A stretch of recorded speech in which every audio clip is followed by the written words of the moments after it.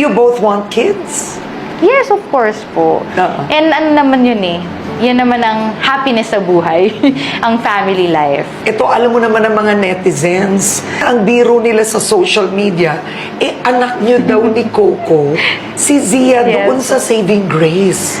Have you ever addressed that? Actually, hindi pa po ako natatanong din kasi si Zia, kasi pag tinignan mo talaga, ka-feature talaga ni Coco. So even kami, pag nag-uusap kami, oo, talaga mapagkahamal ang anak natin yan kasi nga kamukha. Pero nakakaawa naman kay tita, bago pa lang sila sa industry po natin. Naranasan na nila, no? Yes, yung bigla. intriga. Pero happy po si Zia kasi nga, ang biro namin, naku, pag ano, iuwi na kita.